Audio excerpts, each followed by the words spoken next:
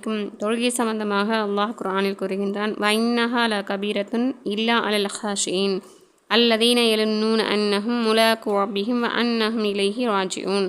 தங்களுடைய இறைவனை நிச்சயமாக சந்திப்போம் என்றும் அவனிடத்திலேயே நிச்சயமாக செல்வோம் என்றும் நம்பிக்கை கொண்ட பயபக்தியாளர்களைத் தவிர மற்றவர்களுக்கு இந்த தொழுகை மிக சிரமமானதாகவே இருக்கும். எனவே நம்ம தொழுகையை ஒரு வேளை கூட விடாமல் 5 வேளை தொழுகையை ஃபர்லான நஃபிலான சுன்னத்தான அனைத்து தொழுகையிலும் தொழணும். நம்மளால் உடம்பு முடியலன்னா நின்றுக்கிட்டு தொழ முடியலனா உட்காந்து தொழணும், உட்காந்து தொழ முடியலன்னா படுத்துக்கிட்டாவது தொழுகணும். அப்படி இல்லைனாலும் செய்கையில் நாச்சு தொழுகணும்.